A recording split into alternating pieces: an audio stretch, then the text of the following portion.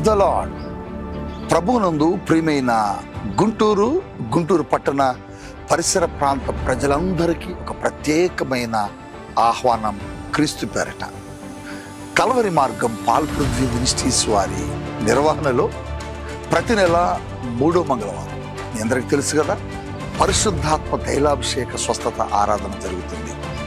ఈ నెల అనగా నవంబర్ 18వ తేదీ ఉదయం 9 గంటలకే ఈ ఆరాధన ప్రారంభమవుతుంది. స్థలం వెంకటేశ్వర విజ్ఞాన మందిర్, గుంటూరు మార్కెట్ ఎదురుగా. పరిశుద్ధాత్మ శక్తి కార్యాలను చూడాలని ఆశ కలిగిన వారులారా కుటుంబాలతో తల్లిరండి. దేవుని సన్నిధిలో దేవుని ఆత్మను పొందుకొని ఆశపడుతున్నారా? పరిశుద్ధాత్మ కార్యాలు పొందుకుని పరిశుద్ధాత్మలో ప్రవచిస్తూ పరిశుద్ధాత్మ భాషలతో మాట్లాడాలని ఆశ కలిగి ఉన్నారా? గర్భఫలం లేక బాధపడుతున్నావా? చీకటి శక్తులతో పీడించబడుతున్నావా? అద్భుతాల కొరకే రండి, దేవుని కార్యాలు పొందుకోండి. భక్తుడైన యోసేపును గూర్చి వ్రాయబడిన మాటలు ఇవి. ఆయనకు కలలను చెప్పే భావం ఉన్నది, దర్శనములను చెప్పగలిగే దైవ జ్ఞానము కలిగిన మనుష్యుడు. ఆ వ్యక్తికి గుర్తొచ్చి రాజుతో చెప్పాడయ్యా, కలల భావాన్ని చెప్పగలిగేవాడు మన దేశంలో ఒకడున్నాడు, వాడు చెరసాల్లో ఉన్నాడు, అతను తీసుకొస్తే నీ కలభావాన్ని చెప్తాడు. చెప్పినప్పుడు అతను తీసుకొచ్చారు, ఆయన కలభావాన్ని చెప్పాడు. కలభావాన్ని చెప్పాడు, చెప్పినట్లుగా జరిగింది. ఆయన చెప్పినట్లుగా జరగడంతో రాజుకు ఆశ్చర్యం అనిపించి, ఇటువంటి వాడు మన దేశంలో మనతో ఉండాలి, ఇటువంటి జ్ఞానము కలిగిన వాడు, ఇటువంటి మనుష్యుడు మనతో ఉంటే మన దేశంలో ఎటువంటి సమస్యలు రావు.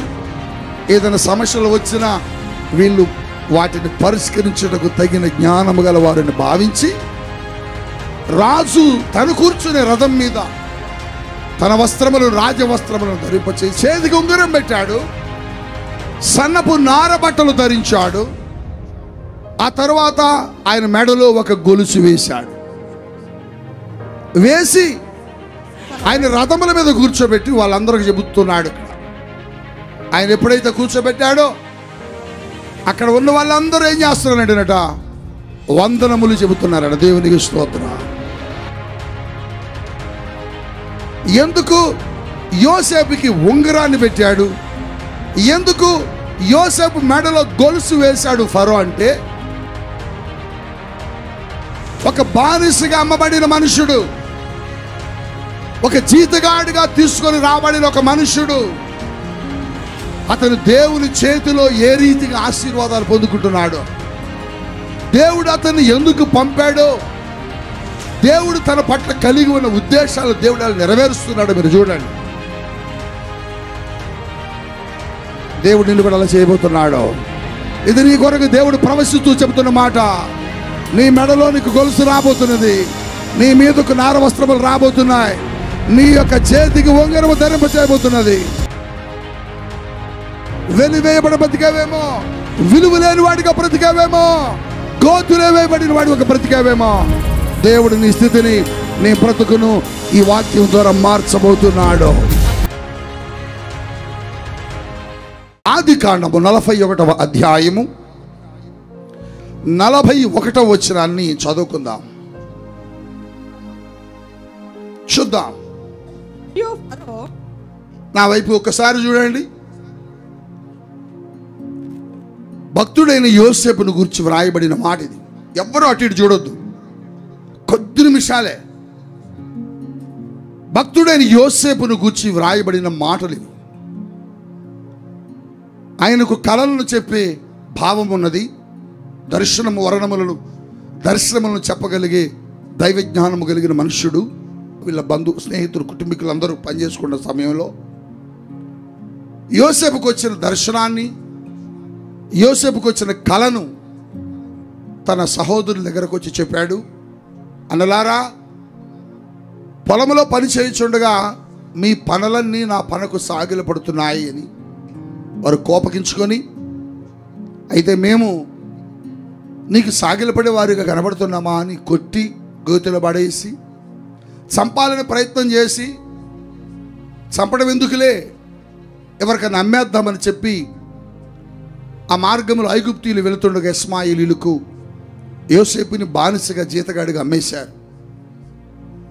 అమ్మేసి తీసుకుని రాబడినటువంటి వ్యక్తి జీవితాన్ని అంచెలంచెలుగా దేవుడు ఎలా ఆశీర్వదిస్తూ, అంచెలంచెలుగా దేవుడు ఎలా మారుస్తూ వెళ్ళాడో ఆ క్రమంలో జరిగినటువంటి ఒక అద్భుతాన్ని పరిశుద్ధాత్మ దేవుడు ఇక్కడ రాసిపెట్టాడు.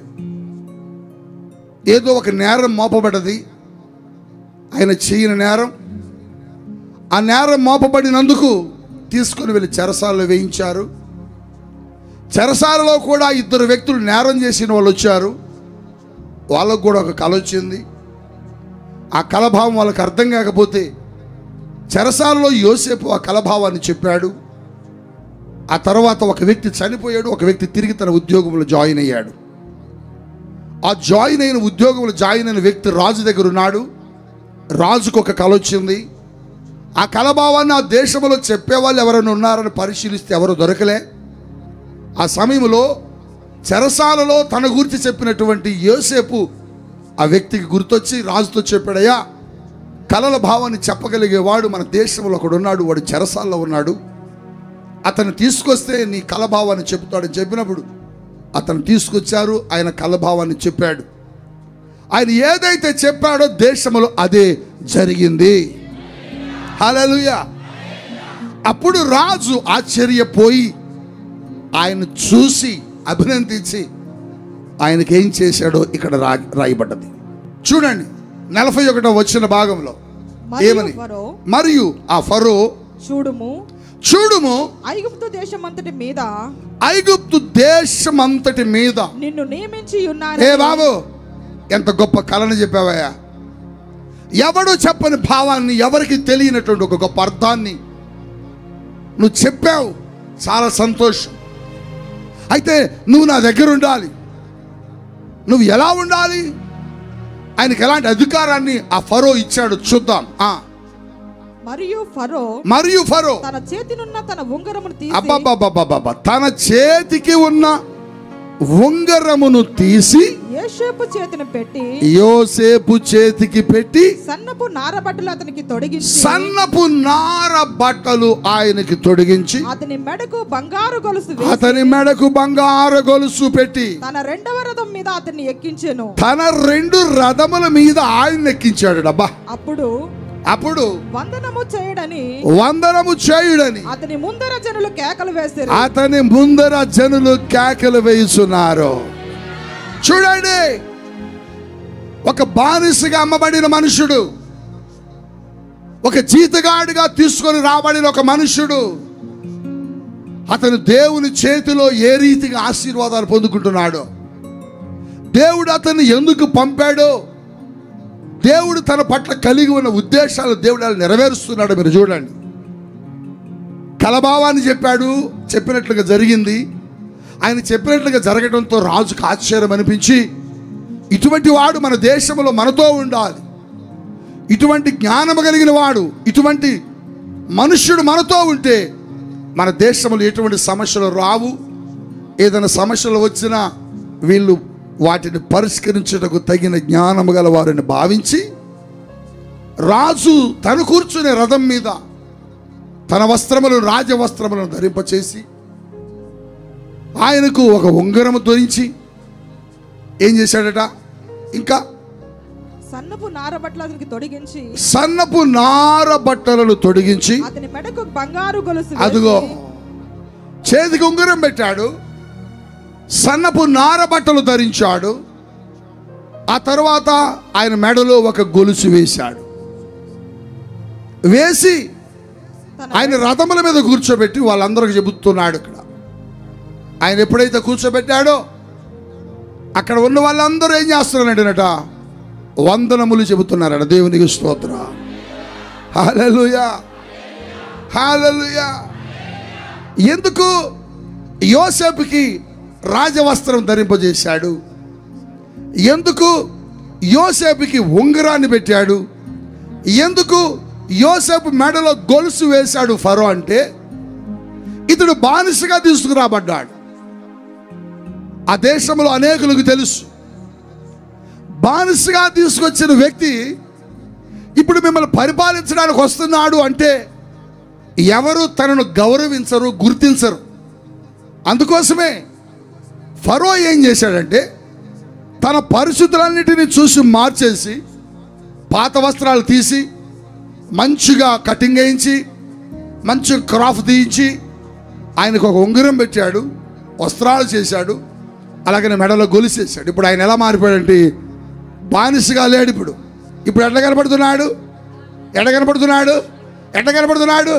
దేవుడు నిన్ను కూడా అలా చేయబోతున్నాడు. గట్టిగా చప్పట్లు కొట్టు. దేవుడు నిన్ను కూడా అలా చేయబోతున్నాడు. దేవుడు నీతో అలా మాట్లాడుతున్నాడు. దేవుడు నీ కొరకు ఆ మాటను ప్రకటిస్తున్నాడు. ఇది ప్రవచనాత్మకమైన మాటను ముందే నేను చెప్పాను. ఇది నీ కొరకు దేవుడు ప్రవచిస్తున్న మాట. ఇది నీ కొరకు దేవుడు ప్రవచిస్తూ చెబుతున్న మాట. నీ మెడలో నీకు గొలుసు రాబోతున్నది. నీ మీదకు నార వస్త్రములు రాబోతున్నాయి. నీ యొక్క చేతికి ఉంగరము ధరింప చేయబోతున్నది. బానిసగా బ్రతికావేమో, తృణీకరించి బ్రతికావేమో, వెలివేయబడి బ్రతికావేమో, విలువ లేని వాడిగా బ్రతికావేమో, గోతులే వేయబడిన వాడిగా బ్రతికావేమో.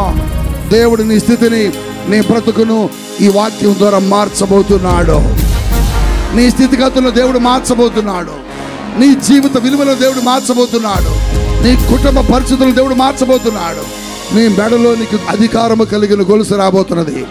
నీ చేతి మీదకు దేవుడు అధికారము కలిగిన ఉంగరం ఇవ్వబోతున్నాడు. నీవు గొప్ప గొప్ప వస్త్రములను, అధికారము కలిగిన ఇదిగో వస్త్రములను ధరింపజేయబడబోతున్నావు. హల్లెలూయా, హల్లెలూయా, హల్లెలూయా. ఓ అందరూ వస్త్రాలు ధరింపజేసేటప్పటికి, ఉంగరం పెట్టేటప్పటికి ఆయన గెటప్ ఎలా కనపడుతుంది? ఇప్పుడు చెప్పండి. రాజులా కనపడుతుందంట. బా, ఎందుకు వచ్చాడు? దేనికి తీసుకొచ్చారు? బానిసగా, జీతగాడిగా, పనిచేయువాడిగా. కానీ దేవుడు ఏం చేశాడు చూడండి, తనను అధికారిగా మార్చేశాడు. అక్కడ రథం మీద కూర్చోగానే, అది ఎవరి రథమట? ఫరో రథమట. రథం మీద కూర్చోగానే జనులు ఆయనకేం చేస్తున్నారట? వందనమండి, వందనాలండి, వందనాలు బాబు, వందనాలు. ఒకప్పుడు నిన్ను చూసి తృణీకరించిన వారు నీకు వందనాలు చెప్పబోతున్నారు. ఒకప్పుడు నిన్ను చూసి గేలి చేసిన వారు నీకు వందనాలు చెప్పబోతున్నారు. ఒకప్పుడు నిన్ను అపహాసించిన వారు నీకు వందనాలు చెప్పబోతున్నారు. This is prophecy. ఇది ప్రవచనాత్మకముగా దేవుడు మాట్లాడుతున్న మాట. దైవజనుడిగా, ప్రవక్తగా మాట్లాడుతున్నాను. ఎక్కడ నువ్వు తృణీకరించబడ్డావో, ఎక్కడ నువ్వు అవమానించబడ్డావో, ఎక్కడ నీ జీవితము అతలాకుతలమైపోయిందో, అక్కడ నీ జీవితము అనేకులు నీ ముందుకొచ్చి సాగిలు పడబోతూ ఉన్నారు. ఫరో రథం మీద కూర్చున్నాడట యోసేపు. ఎక్కడ కూర్చున్నాడు చెప్పండి? ఫరో రథం, రాజుల రథం, అధికారులు రథం, గొప్పవారు కూర్చునే రథం. ఒకప్పుడు గోతులో పడవేయబడ్డాడు, ఒకప్పుడు అన్నలతో కొట్టబడ్డాడు, ఒకప్పుడు సొంత వారితో తృణీకరించబడిన వాడు ఇప్పుడు ఎక్కడికి వెళ్ళిపోయాడంటే రాజులు కూర్చునే రథం మీదకి వెళ్ళిపోయాడు. నీ బ్రతుకుని రాజులు కూర్చుని సింహాసనం మీదకి తీసుకెళ్ళబోతున్నాడు. నిన్ను రాజులు కూర్చుని సింహాసనం మీదకి తీసుకెళ్ళబోతున్నాడు. నిన్ను రాజులు కూర్చుని సింహాసనం మీదకి తీసుకెళ్ళబోతున్నాడు. నిన్ను రాజులు కూర్చుని సింహాసనం మీదకి దేవుడు తీసుకెళ్ళబోతా ఉన్నాడు. కూర్చోబెట్టి ఫరో అక్కడ ఉన్న ప్రజలతో చెబుతున్న మాట ఏం చెప్తున్నాడు చూద్దామా? మరియు ఫరో యోసేపుతో ఫరోను నేనే. ఏ యోసేపు, ఒకసారి లుక్ ఎట్ మీ, నన్ను చూడు. నేను ఫరోని నేనే, కానీ ఆయనను నీ సెలవు లేక ఐగుప్తు దేశమంతటను, ఈ ఐగుప్తు దేశమంతటను ఏ మనుష్యుడును తన చేతినైనను తన కాలినైనను ఎత్తకూడదు. గట్టిగా స్తోత్రం చెప్పండి, బిగ్గరగా హల్లెలూయా చెప్పండి, బిగ్గరగా చప్పట్లు కొట్టండి. యోసేపు, ఓ యోసేపు, నేనే ఫరోని, ఈ దేశానికి ఫరోని నేనే, రాజుని నేనే, అధికారిని నేనే. అయినను నీకు ఇస్తున్న అధికారం ఏంటి తెలుసా? ఈ ఐగుప్తు దేశంలో ఏ ఒక్కడు నీ అనుమతి లేకుండా, నీ పర్మిషన్ లేకుండా, నీ యొక్క మాట సెలవు ఇవ్వకుండా కాలు కదపకూడదు, చెయ్యి ఎత్తకూడదు. గట్టిగా హల్లెలూయా.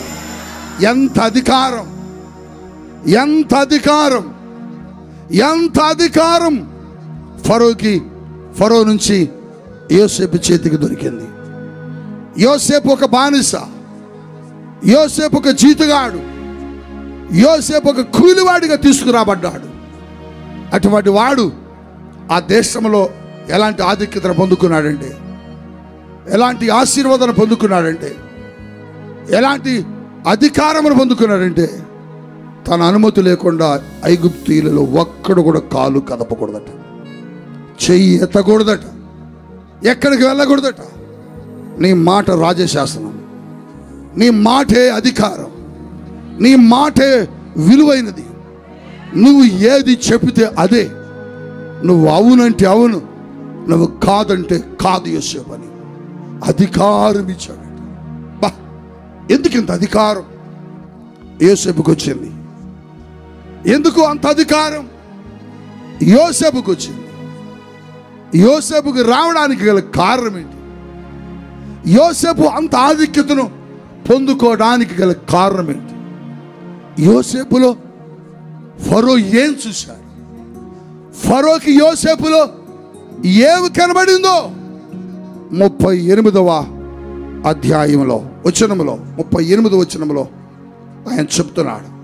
ఏం కనబడిందో చెబుతున్నాడు. అతడు తన సేవకులను చూచి, తన 38వ వచనం, ఆ మాట ఫరో దృష్టికిని అతని సమస్త సేవకుల దృష్టికిని యుక్తమై ఉండెను గనుక అతడు తన సేవకులను చూచి ఇతని వలె దేవుని ఆత్మగల మనుషుని కనుగొనగలమా? దేవుని స్తోత్రం చెప్పండి. ఏం చూశాడు ఫరో యోసేపులో? అంటే ఫరో యోసేపులో ఏం చూశాడు? ఎందుకు అంత అధికారం ఇచ్చాడు? ఎందుకు అంత ఆధిక్యత ఇచ్చాడంటే, ఫరో యోసేపును చూసినప్పుడు ఫరోకి యోసేపులో ఏం కనబడుతుందంటే దేవుని ఆత్మ కనబడుతున్నది. హల్లెలూయా, హల్లెలూయా. దేవుని ఆత్మ ఎప్పుడైతే ఫరో గమనించాడో, ఇటువంటి వాడు మన దేశంలో ఉండాలి, ఇటువంటి వాడు మన ప్రాంతంలో ఉండాలి, ఇటువంటి వ్యక్తి మన ప్రక్కన ఉండాలి అని ఒక ఆలోచన ఫరో చేసి అతనిని తన ప్రక్కన పెట్టుకున్నాడు.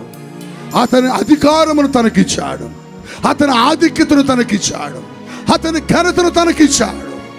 అందుకోసమే ఫరో యోసేపును చూచి 41-42 వచనాల్లో రాయబడిన మాటలు మరలా చదువుదాం. మరియు ఫరో తన చేతినున్న తన ఉంగరము తీసి యోసేపు చేతిని పెట్టి సన్నపు నారబట్టలు అతనికి తొడిగించి అతని మెడకు బంగారు గొలుసు వేసి తన రెండవ రథం మీద అతన్ని ఎక్కించి అప్పుడు వందనము చేయుడని ముందర జనులు కేకలు వేసిరి. అట్లు ఐగుప్తు దేశమంతటి మీద అతన్ని నియమించెను. ఫరో యోసేపుతో ఫరోను నేనే అయినను నీ సెలవు లేక ఐగుప్తు దేశమంతటను ఏ మనుష్యుడును తన చేతినైనను కాలినైనను ఎత్తకూడదని చెప్పెను. మరియు ఇదిగో ఫరో యోసేపునకు జఫ్నత్మా నేహు అనే పేరు పెట్టి నేహు అనే పేరు యోసేపుకి పెట్టాడు. అతనికి ఏ పేరు అది? జఫ్నత్మా నేహు. జఫ్నత్మా నేహు అనే మాటకు అర్థం ఏంటంటే మర్మములను చెప్పగలవాడు. జఫ్నత్మా నేహు అనే మాటకు మరో అర్థం ఏంటంటే ఇతరుల ఆకలిని తీర్చువాడు. ఏం చేశాడు యోసేపు ఈ దేశంలో అంటే? ఇతరుల ఆకలి తీర్చాడు, ఇతరుల సమస్యను తీర్చాడు, దేశమంతా కరువు వచ్చింది, దేశమంతా కరువు రాబోతున్నది, దేశమంతా సమస్యలో కూరుకుపోబోతున్నది. నా వైపు చూడాలా. దేశమంతా ఒక సమస్యను ఎదుర్కోబోతున్నది కొన్ని సంవత్సరాల్లో. అది ఎవరికి తెలియదు, అది ఎవరు గ్రహించలా. అయితే యోసేపుకు దేవుడు దానిని బయలుపరిచాడు. దేవునికి స్తోత్రం. అందుకోసమే 7 బలిసిన ఆవులు ఆ నీటిలో నుంచి బయటకు వచ్చాయి. అవి సమృద్ధిగా పంట పండే సమయం అని చెప్పాడు. ఆ తర్వాత 7 బక్కపలసిన ఆవులు వచ్చాయి, వాటిని మింగేశాయని చెప్పాడు. అవి కరువు దినాలని చెప్పాడు. ఈ కలభావం దేశంలో ఎవరు చెప్పలే. ఈ రాజుకు వచ్చిన కళ, ఉద్దేశం, ఆలోచన ఎవరికి తెలియలే. అప్పుడు రాజు యోసేపుతో బోధించబడ్డాడు. ఏమని? రాజా, మన దేశంలో 7 సంవత్సరాలు ఆ బలిసిన ఆవులకు సాదృశ్యం ఏంటంటే సమృద్ధి అయిన పంట పండుద్ది. మరి ఆ బక్క చిక్కిన ఆవులు దేని గుర్తయ్యా అని అడిగాడు. అవి 7 సంవత్సరాలు కరువుకు సాదృశ్యం అని చెప్పాడు.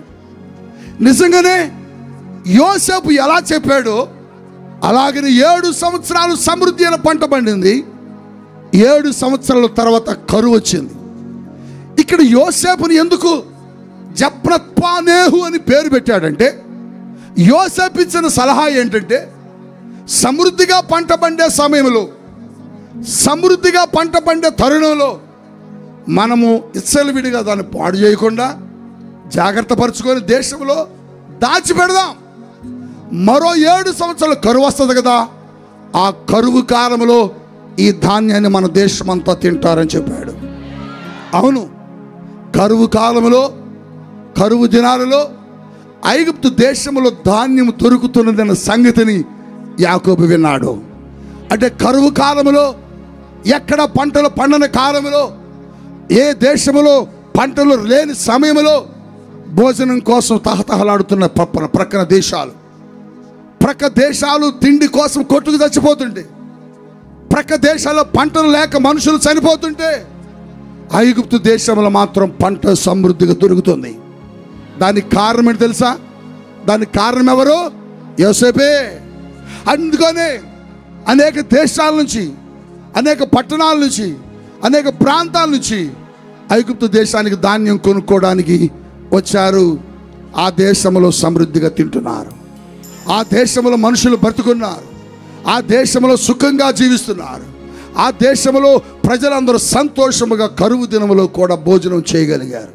దానికి కారణం ఏంటంటే యోసేపు. యోసేపు కరువు దినాలలో ఐగుప్తు దేశంలో ఉన్న వ్యక్తుల ఆకలిని వారు తీర్చాడు. కనుకనే ఆయనకి ఇదిగో ఫరో జప్నత్పానేహు అని ఒక పేరు పెట్టాడు.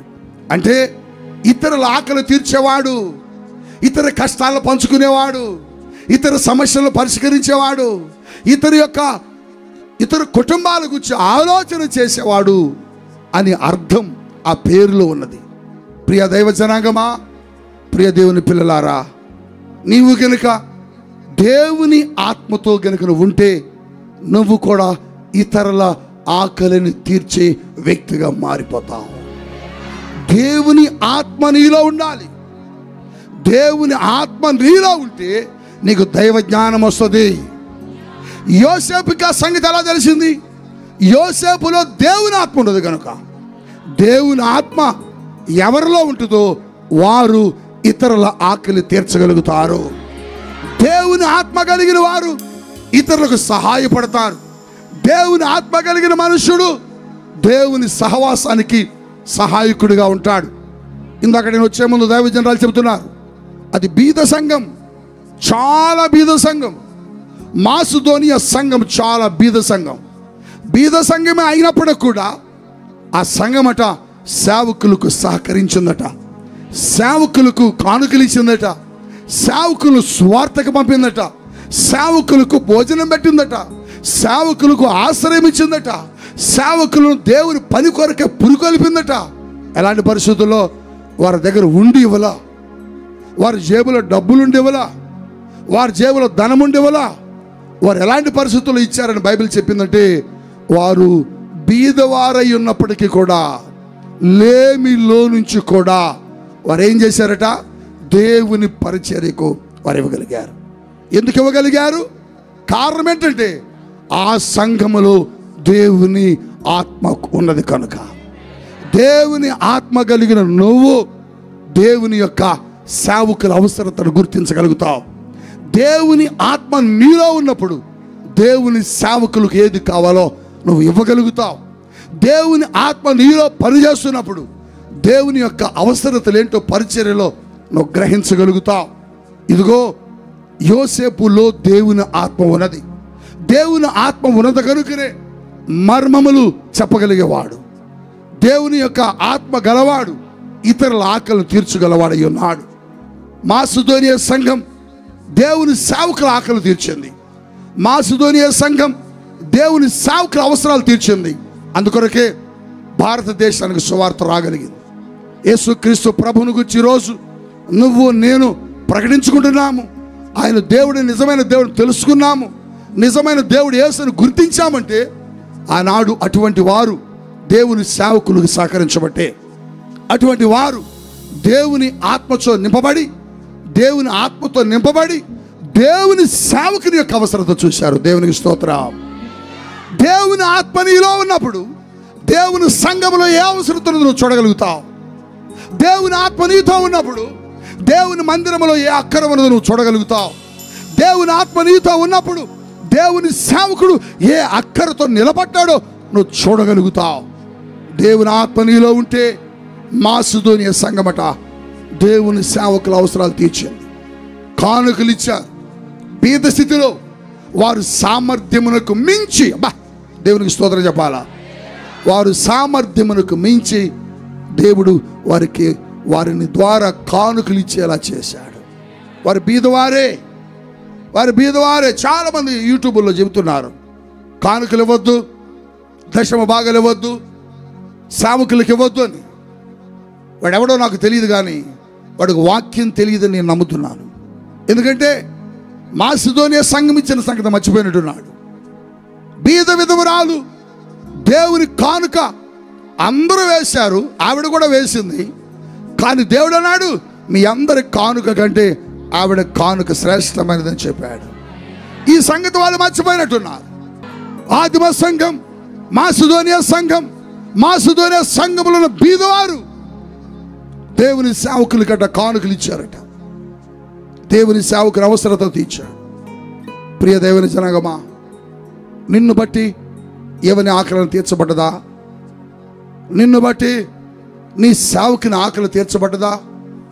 నిన్ను బట్టి నీ సంఘ అవసరత తీర్చబడ్డదా? నిన్ను బట్టి నీ పరిచర్య అవసరత ఎప్పుడైనా తీర్చబడ్డదా? దేవుని ఆత్మ నీలో ఉంటే ఖచ్చితంగా నువ్వు చేస్తావు. దేవుని సన్నిధికి ఇవ్వాలి, దేవుని సేవకులకు ఇవ్వాలి, దేవుని పరిచర్యకి ఇవ్వాలి. దేవుని పరిచర్యలో దేవుని కోసం చేసేవాడిగా నువ్వు ఉండాలి. అవును, ఆ బీద విధవరాలు ఆవిడ దగ్గరకు వచ్చినప్పుడు ఏలియా ఆమెను అడుగుతున్నాడు, అమ్మా నాకు ఒక రొట్టె దాహం, దాన్ని ఏమంటారు, నీరు తీసుకొచ్చి ఇవ్వమ్మా అన్నాడు. రొట్టె ఇవ్వగానే నా దగ్గర కొంచెమే ఉన్నది అని చెప్పింది. ఆయనను నాకు ఒక రొట్టె తీసుకొని రా అన్నాడు. ఇప్పుడు చెప్పండి, బీదవారి కానుకలు తీసుకోవద్దండి, ధనవంతులు ఎవరైనా ఇస్తే తీసుకొని ఇంకో ఆయన బోధిస్తాడు. కానీ ఏలియా అడుగుతున్నాడు, బీదవాని కానుక అడుగుతున్నాడు. దేవునికి స్తోత్రం. ఎందుకు అడుగుతున్నాడు దేవుడు తెలుసా? ఆ ఇంటిని కరువులో పోషించడానికి. నిన్ను దేవుడు ఎందుకు అడుగుతాడు తెలుసా? నువ్వు ఇవ్వలేని స్థితిలో ఉన్నా, బీదవాడు అయినా బీదదానివైనా నిన్ను దేవుడు ఎందుకు ఇమ్మంటున్నాడంటే నీ ఇంటి స్థితిని మార్చడానికి కొరకే. దేవుడు అడగగానే, సేవకుడు అడగగానే ఆమె ఏం చేసిందంటే తీసుకొచ్చి దైవజనుడికి మొదట అప్పమని ఇచ్చింది.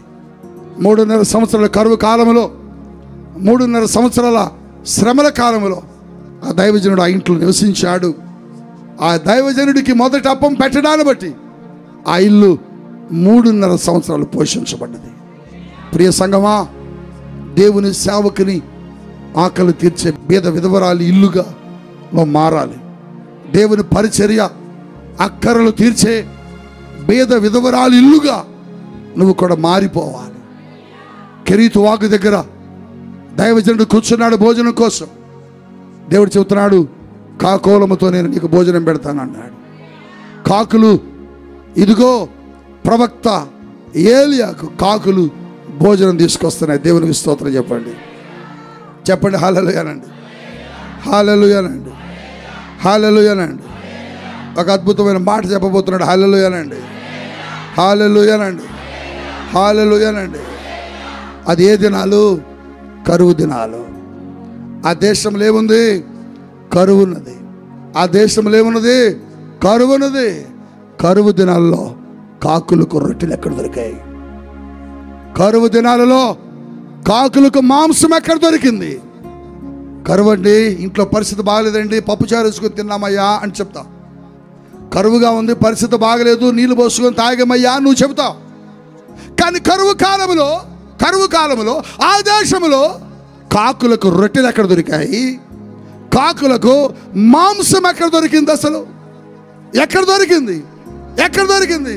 ఎక్కడ దొరికిందంటే కాకులు దాచబడిన దానిని దేవుని సేవకుల కొరకు తీసుకొచ్చాయి. మరుగైన దానిని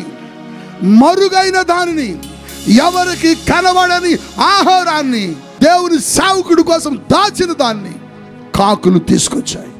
కాకులు ఏం చేశాయి తెలుసా? దైవజనుని ఆకలి తీర్చాయి. బీద విధవరాలి ఇల్లు దేవుని సేవకుని ఆకలి తీర్చింది. ప్రభునందు ప్రియ సహోదరుడా, కెరీతు వాగు ప్రవక్త యొక్క దాహాన్ని తీర్చింది. కెరీతు వాగు ప్రవక్త యొక్క దాహాన్ని తీర్చింది. కాకులు ప్రవక్త యొక్క ఆకలి తీర్చాయి. నువ్వు కూడా కెరీతు వాగుల ప్రవక్తల యొక్క దాహాన్ని తీర్చే వ్యక్తిగా మారిపోవాలా? నువ్వు కూడా కెరీతు వాగుల నీ సేవకుని యొక్క దాహాన్ని తీర్చే మనుషుడిగా మారిపోవాలా? కెరీతు వాగుల నీ ప్రవక్తల యొక్క దాహాన్ని తీర్చే మనుషులుగా మీరు మారిపోవాలా. కాకులు దేవుని సేవకుని ఆకలి తీర్చాయి. బీద విధవరాలు దేవుని సేవకుని ఆకలి తీర్చింది. కెరీతు వాగు ప్రవక్త యొక్క దాహమును తీర్చింది. ఎందుకో తెలుసా? వారు ఆత్మగలవారు కాబట్టి. దేవుని సేవకుడు అడగగానే ఇతను దేవుని ప్రతినిధి అని గుర్తించింది కాబట్టి అడగగానే దేవుని ప్రతినిధికి తన ఆహారాన్ని ఇచ్చింది. ఈ ఉదయకాలం పరిశుద్ధాత్మ దేవుడు చెబుతున్నాడు, నువ్వు దేవుని ఆత్మగలవాడు అయితే నీ ఎదుటి సేవకుని ఆకలి నువ్వు తీరుస్తావు. నువ్వు దేవుని ఆత్మగల వ్యక్తి అయితే నీ సంఘ అవసరత ఏంటో నువ్వు తీరుస్తావు. నువ్వు దేవుని ఆత్మగల మనుషుడు అయితే బయట అవుట్ సర్వమెంట్, నువ్వు దేవుని ఆత్మగల మనుషుడు అయితే నువ్వు నీ సంఘంలో అక్కరేందో నువ్వు తెలుసుకుంటావు. ప్రియ సంఘమా, దేవుని ఆత్మ కలిగిన వాడు ఇతరుల ఆకలిని తీరుస్తాడు. నీ సేవకుడు సువార్తకు వెళ్ళాలి, నీ సేవకుడు మందిరం కట్టాలి, నీ సేవకుడు సభలు పెట్టాలి, నీ సేవకుడు గ్రామాల్లోకి వెళ్ళాలి, నీ సేవకుడు పట్టణాల్లోకి వెళ్ళాలి, నీ సేవకుడు విస్తృతమైన సువార్త చెప్పాలంటే నువ్వు కూడా కెరీతు వాగులా మారిపోవాలి. కెరీతు వాగు ప్రవక్త దాహాన్ని తీర్చింది. కాకోలములు ప్రవక్త ఆకలిని తీర్చాయి. ఆ బీద విధవరాలు, ఆ భర్త లేని ఓ విధవరాలు దేవుని సేవకుని యొక్క ఆకలిని తీర్చింది. ప్రియ సంగమా, నువ్వెవరి ఆకలి తీర్చావు? నువ్వు దేవుని పని కొరకు ఏం సమర్పించావు? నీ ధనమును దేవుడు కోరుకుంటున్నాడు, నీ వస్తువును దేవుడు కోరుకుంటున్నాడు, నీ వెండిని దేవుడు కోరుకుంటున్నాడు, నీ బంగారమును దేవుడు అడుగుతున్నాడు, నీ సమయమును దేవుడు అడుగుతున్నాడు, నీ బలమును దేవుడు అడుగుతున్నాడు, నీ జ్ఞానమును దేవుడు అడుగుతున్నాడు, నీ శక్తిని దేవుడు తన పని కొరకు ఖర్చు పెట్టమంటున్నాడు. నీ ప్రవక్తకు నువ్వేమిచ్చావు? నీ సేవకునికి నువ్వేం చేయగలిగావు?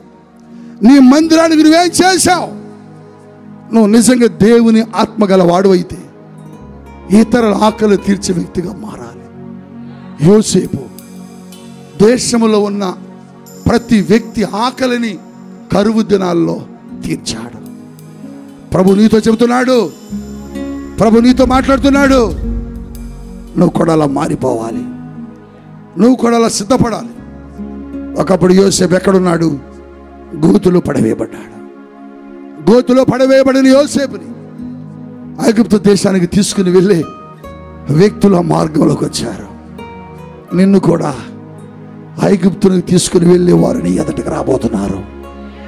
రాజసింహాసనమునకు మార్గము ఐగుప్తు దేశంలో ఇస్మాయేలీయులు ఐగుప్తుల మార్గాన్ని వెళ్తుండగా దేవుడు వారికి అమ్మేలా చేశాడు. వారు అక్కడికి రాబట్టే యోసేపు రాజసింహాసనం మీదకి వెళ్ళగలిగాడు. నీ ముందుకు కూడా ఐగుప్తులు రాబోతున్నారు. నీ ముందుకు కూడా నిన్ను కొనే ఇస్మాయిలీలు రాబోతున్నారు. నీ ముందుకు కూడా నీ కొరకు అద్భుతమైన మార్గాలు వేసేవారు రాబోతున్నారు. ప్రభునందు ప్రియమైన సంగమా, నువ్వు ఒక్కటే గుర్తుపెట్టుకోవాలి. యోసేపుని గోతులు వేసిన, యోసేపుని కొల్లబొడిచిన, యోసేపుని రకరకాలుగా మాటలన్నా యోసేపు కళ మాత్రం మర్చిపోలేదు. యోసేపు దర్శనం మర్చిపోలేదు. నీకే కళ ఇచ్చాడో ఆ కళ నెరవేర్చడానికి నిన్ను తీసుకుని వెళ్ళి రాజసింహాసనం ఎక్కించేవాడు నీ ముందుకు రాబోతున్నారు. యోసేపు కళ నెరవేరడానికి యోసేపును కొనుక్కొని వెళ్ళేవారు యోసేపు ముందుకొచ్చినట్లు నీ కళలను నెరవేర్చడానికి నిన్ను తీసుకుని వెళ్ళేవారు నీ ముందుకు రాబోతున్నారు. నిన్ను తీసుకుని వెళ్ళి అందులో ఎక్కించేవారు నీ ముందుకు రాబోతున్నారు. పరిశుద్ధాత్మ దేవుడు నీతో మాట్లాడుతున్నాడు. నువ్వు దేశాల్లోకి వెళ్ళబోతున్నావు. గొప్ప సింహాసనం ఎక్కబోతున్నావు. ఇతరుల ఆకలి తీర్చబోతున్నావు. అనేకులకు మాదిరికరంగా ఉండబోతున్నావు. నీ జీవితంలో దేవుని కార్యాలు దేవుడు చేయబోతున్నారు. ఇదిగో నీ మీదకు ఒక గొలుసు రాబోతున్నది. ఇదిగో నీ మీదకు ఒక వస్త్రం రాబోతున్నది. ఇదిగో నీ యొక్క చేతికి ఒక ఉంగరం రాబోతున్నది. ఇదిగో దేవుడు చెబుతున్నాడు, నీకు ఒక అధికారం ఇవ్వబోతున్నానని. ఆ అధికారమును బట్టే నువ్వు ఇతరుల ఆకలి తీర్చబోతున్నావు. అధికారమును బట్టే నువ్వు ప్రవక్తల ఆకలి తీర్చబోతున్నావు. నీకున్న ఆశీర్వాదాన్ని బట్టి ప్రవక్తుల యొక్క దాహాన్ని తీర్చబోతున్నావు. నీకున్న అభిషేకాన్ని బట్టి ప్రవక్తుల యొక్క దాహాన్ని తీర్చబోతున్నావు. పరిశుద్ధాత్మ దేవుడు నీతో మాట్లాడుతున్నాడు ఈరోజు. పరిశుద్ధాత్మ దేవుడి దగ్గరకు వస్తున్నాడు ఈరోజు. నీ ఏలుకు ఒక ఉంగరం రాబోతా ఉన్నది. నీ చేతికి ఒక ఉంగరం రాబోతా ఉన్నది. నీ మెడలోనికి ఒక గొలుసు రాబోతా ఉన్నది. నీ శరీరం మీదకు వస్త్రములు రాబోతున్నాయి. నువ్వు ఒక అధికారిగా మారబోతున్నావు. ఒక గొప్ప వ్యక్తిగా మారబోతున్నావు. ఒక గొప్పవాడిగా మారబోతున్నావు. ఒక బిజినెస్ మ్యాన్గా మారబోతున్నావు. ఒక వ్యాపారవేత్తగా మారబోతున్నావు. ఒక ఉద్యోగిగా మారబోతున్నావు. ఒక గొప్ప స్థాయిలోకి వెళ్ళబోతున్నావు.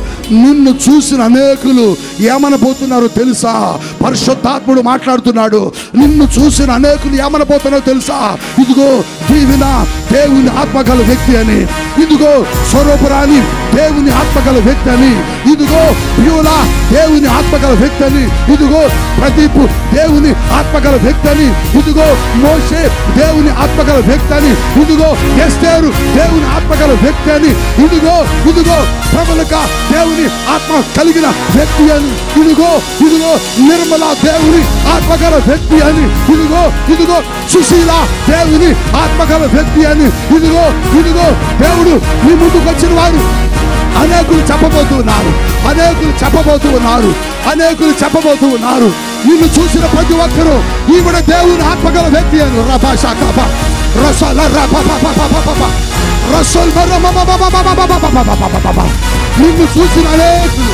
నిన్ను చూసిన అనేకులు దేవుని ఆత్మగల వ్యక్తులని. నిన్ను చూసినప్పుడు అధికారులు రాజులు నిన్ను చెప్పబోతున్నారు. నీ దేశంలో, నీ పట్టణంలో, నీ గ్రామంలో, నీ సంఘములో, నీ కుటుంబంలో నిన్ను చూసిన వాళ్ళు ఈ వ్యక్తి దేవుని ఆత్మ గల మనుషుడు. ఇక నుంచి నువ్వు వాళ్ళకి ఎలా కనపడబోతున్నావు అంటే దేవుని ఆత్మ గల వ్యక్తిగా కనపడుతున్నావు. ఫరో యోసేపును చూసినప్పుడు ఇతడు వంటి వాడు మన దేశంలో లేడు. ఇతడు దేవుని ఆత్మజ్ఞానము కలవాడని చెబుతున్నాడు. దేవుని ఆత్మజ్ఞానము కలిగిన వాడు ఇతరుల ఆకలి తీరుస్తాడు. ప్రవక్తల ఆకలి తీరుస్తాడు. ప్రవక్తల అవసరతలు తీరుస్తాడు. సంఘం అవసరతలు తీరుస్తాడు. సావుకుల అవసరతలు తీరుస్తాడు. అదిగో ఆదిమ సంఘము, మాసుదునియ సంఘం దేవుని సావుకుల అక్కర తీర్చాడు. నువ్వు ఎప్పుడైనా దేవుని సేవకుని అవసరత చూసావా? నీ సేవకుడు ఏం తింటున్నాడో, నీ సేవకుడు ఎలా ఉంటున్నాడో, నీ సేవకుడు ఎలా జీవిస్తున్నాడో, నీ సేవకుడు ఎలా బ్రతుకుతున్నాడు? నీ ప్రవక్తకు ఎప్పుడైనా నువ్వు కెరీతువాగలా మారేవా? నీ ప్రవక్తకు నువ్వు ఎప్పుడైనా బీద విధవర ఇల్లులాగా మారేవా? నీ ప్రవక్త కొరకు నువ్వు ఎప్పుడైనా కాకోలములలాగా మారేవా? కాకోలములు కరువు దినాల్లో ఏలియాకు భోజనం మోసుకొని వచ్చాయి. నీ సేవకుడు కరువులో ఉన్నప్పుడు, నీ సంఘము కొరతతో ఉన్నప్పుడు, నీ దైవజనుడు ఆకలి బాధలతో ఉన్నప్పుడు ఎప్పుడైనా కాకోలముల వల్లే తీసుకొచ్చావా? కెరీతువాగులా నీ సేవకుని దాహాన్ని నువ్వు తీర్చగలిగావా? కెరీతువాగు ప్రవక్త యొక్క దాహాన్ని తీర్చింది. నువ్వు ఎప్పుడైనా మారావా? నీ సొంత ఆలోచనలు, నీ సొంత ఉద్దేశాలు, నీ సొంత విలాసాలు, నీ జీవితము, నీ కుటుంబము, నీ బిడ్డలే తప్ప ఎప్పుడైనా నీ ఎదుటి ఉన్న ప్రవక్తను గురించి నువ్వు ఆలోచించావా? ఎప్పుడైనా నీ ఎదుటి ఉన్న సేవకుని గురించి నువ్వు ఆలోచించావా? ఆదిమ సంఘం ఆలోచించింది కాబట్టి వారు గృహాలను అమ్మేశారట. ఆదిమ సంఘం ఆలోచించింది కాబట్టి వారు గృహములను అమ్మేసి, భూములు అమ్మి సేవకుడి దగ్గర తీసుకొచ్చి ఇచ్చారు. ప్రియ సంఘమా, దేవుని ఆత్మ నీలో ఉంటే ఆ రోజు వాళ్ళు ఎందుకు అలా చేశారండి? దేవుని ఆత్మ వారి మీద కుమ్మరించబడ్డది. పరిశుద్ధాత్ముడు క్రొత్త నిబంధనలో ఆదిమ సంఘములో మొదటిసారిగా గదిలోకి వస్తే, రెండవసారిగా యెరూషలేములో నిలబడిన ప్రజల మీదకి వచ్చాడు. ప్రజల మీదకి పరిశుద్ధాత్మ వచ్చినప్పుడు వారు భూములు అమ్మేశారు, వారు పొలములు అమ్మేశారు, వారు గృహాలు అమ్మి దేవుని కొరికిచ్చారు. సువార్తకి వెళ్ళమని సేవకుల్ని పంపించారు. అందుకోసమే సేవకులు ఆ ధనాన్ని పట్టుకొని సేవకులకు వచ్చారు. లేకపోతే యెరూషలేములోనే ఆగిపోయే వాళ్ళు యెరూషలేములోనే సేవ ముగించబడేది. యెరూషలేమును దాటి యూదయ, గలిలయ, యెరూషలేమును దాటి ప్రపంచాల్లో నుంచి భారతదేశంలో నుంచి ఇదిగో తెలంగాణలో నుంచి నీ దగ్గరికి ఎలా వచ్చింది? ఎవరో చేసిన సహాయం, ఎవరో పంపారు నీ దగ్గరకు. నీ సేవకుడు నీ దగ్గరకు వచ్చి వాక్యం చెబుతున్నాడంటే నీ సేవకుని ఇక్కడికి ఎవరో పంపారు. నీ సేవకుడు ఎవరో ఇచ్చిన కానుక దగ్గరకు వచ్చాడు. నువ్వు వాక్యం విన్నావు, రక్షించబడ్డావు, ఆత్మ పొందుకున్నావు. నువ్విచ్చే కానుక ఇంకొకరి దగ్గరకు నీ సేవకుని పంపగలగాలి. ఎప్పుడన్నా అలా చేసావా? ఎప్పుడన్నా అలా ప్రభు కొరకు ఇచ్చావా? నువ్వెప్పుడైనా ప్రవక్త దాహం తీరేలా దేవుని కొరకు ప్రవహించావా? కెరీతు వాగులా, కాకోలములా, ఆ విధవరాలు గృహములా నీ జీవితం ఎప్పుడైనా ఉందా? దేవుని ఆత్మ నాలో ఉన్నది, దేవుని ఆత్మతో అభిషేకించబడ్డాను అని కేకలేస్తున్నావు, ఆరాధిస్తున్నావు, సంతోషమే. నువ్వు దేవుని ఆత్మ ఉంటే యోసేపుకి ఫరో చెబుతున్నాడు, ఇతడు ఇతరుల ఆకలి తీర్చాడు, మా దేశాన్ని కష్టములో నుంచి గట్టెక్కించాడు, మా దేశ పరిస్థితుల వల్ల మారిపోయాయి. నీ వలన నీ సంఘ పరిస్థితులు మారాయా? నీ వలన నీ ప్రాంత పరిస్థితులు మారాయా? నీ వలన ఒక్కరికైనా సువార్త ప్రకటించబడదా? నీ వలన, నీ ధనం వలన ఒక్క ఆత్మను రక్షించబడదా? దేవుని సేవ కొరకు ఏమిస్తాము? దేవుని పరిచర్య కొరకు ఏమిస్తారు మీరు అని అడిగితే తలలు వంచుకుంటున్నారు. మీరు దేవుని ఆత్మ గలవారా? దేవుని ఆత్మ గలవాడు సేవకుని సేవకుని అవసరతను తీర్చగలిగేవాడు. అందుకొరకే దేవుడు యోసేపుని అభిషేకించాడు. యోసేపు మీద రాజవస్త్రం వచ్చింది, యోసేపు మెడలోని గొలుసు వచ్చింది, యోసేపు చేతి కుంకురం వచ్చింది. యోసేపు ఇప్పుడు అనేకుల ఆకలి తీర్చే అధికారిగా మారిపోయాడు. నువ్వు కూడా మారిపోవాలి. నీ ఎదుట ఉన్న సేవకుడు అక్కడ, నీ మందిరం అక్కడ, నీ సంఘం అక్కడ. నశించిపోతున్న ప్రజలందరూ, లోకంలో ఉన్న ప్రజలందరూ, పాపములో ఉన్న ప్రజలందరూ వారి వద్దకు సువార్త వెళ్ళాలంటే నువ్వు ఇవ్వాలి. నువ్వు ఇవ్వకుండా దాచుకుంటే నువ్వు ఆత్మ కలిగిన వాడివి కాదు. ఆత్మ గల వాడిగా నువ్వు ఉండాలంటే నువ్వు కూడా కెరీతువాగులా మారిపోవాలి. కెరీతువాగు ప్రవక్త దాహాన్ని తీర్చండి. ప్రవక్త దాహంతో ఉన్నాడని గ్రహించండి. ప్రవక్త దాహాన్ని తీర్చడానికి నేను వెళ్ళాలనుకుంది. ప్రవహించుకుంటూ వచ్చింది. ప్రియ సంగమా, నువ్వెప్పుడు మారుతావిలా? నీ సొంత ఇల్లు, నీ సొంత అక్కర్లు, నీ సొంత అవసరతలేనా? నువ్వు ఇతరుల కొరకు ఆకలి తీర్చడానికి మారవా? నశించిపోతున్న ప్రజలందరూ వాళ్ళందరికీ సువార్త ఎవరు చెప్పాలి? వాళ్ళందరికీ సువార్త ఎవరు చెప్పాలి? నాకు ఒక మంట ఉన్నది, నాకు ఒక ఆశ ఉన్నది. భారతదేశం అంతా తిరగాలి, ప్రపంచ దేశాలకు తిరగాలి, సువార్త చెప్పాలి. ప్రపంచ దేశాలు చూడటానికి కాదు, ప్రపంచ దేశాలు సువార్త చెప్పడానికి వెళ్ళాలంటే నువ్వు కెరీతువాగులా మారిపోవాలి.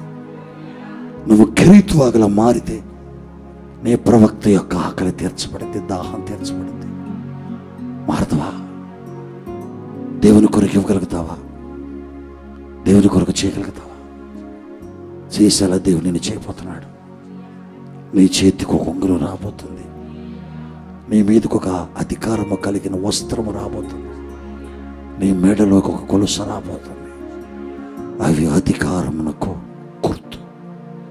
దాన్ని మన భాషలో చెప్పుకోవాలంటే అభిషేకం.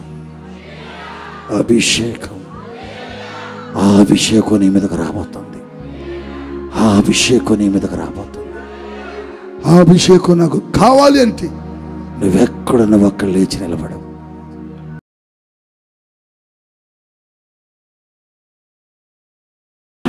ఆదిమ సంఘములో రగిలిన అగ్ని అభిషేకం.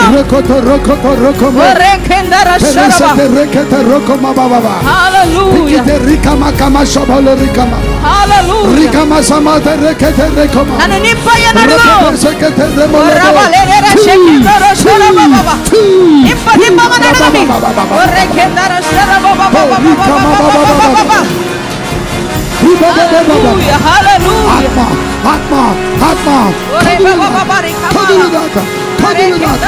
లైవ్లో ఉన్నవారు కూడా కదులుగాక. సేవకుని ఆత్మదాహము తీర్చేవారుగా, సువార్త కొరకు ముందుకొచ్చేవారుగా, సేవ కొరకు ముందుకొచ్చేవారుగా, నీ ధనం ఇచ్చేవారుగా, నీ వస్తువులు ఇచ్చేవారుగా, నీ బంగారం ఇచ్చేవారుగా, నీ భూములు ఇచ్చేవారుగా, నీ గృహములు ఇచ్చేవారుగా దేవుడు చేయునుగాక. నీ వలన అనేక మంది నశించిపోయేవారు రక్షణలోకి వచ్చునుగాక. నీ వలన అనేక మంది పాపము శాపములో నుంచి విడుదల పొందుకోనుగాక. నీ ద్వారా అనేక స్థలాల్లో మందిరాలు కట్టబడిన గాక. నీ ద్వారా మీ సేవకులు అనేక పట్టణాల్లో, అనేక నగరాల్లో, అనేక రాష్ట్రాల్లో, అనేక దేశాలకు వెళ్ళి సువార్త చెప్పులు గాక.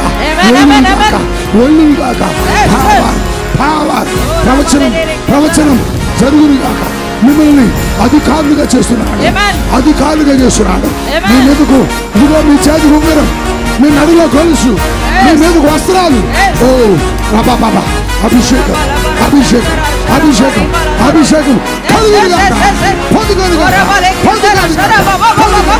మన సంఘము ద్వారా గొప్ప ఉద్యోగం, మన పరిచయం ద్వారా గొప్ప ఉద్యోగం, మన పరిచయం ద్వారా దేశంలో ఉద్యోగం, రాష్ట్రంలో ఉద్యోగం, మన ప్రాంతంలో ఉద్యోగం, మన పట్టణాల్లో ఉద్యోగం, కుటుంబాల్లో ఉద్యోగం. నీ ద్వారా జరగాల.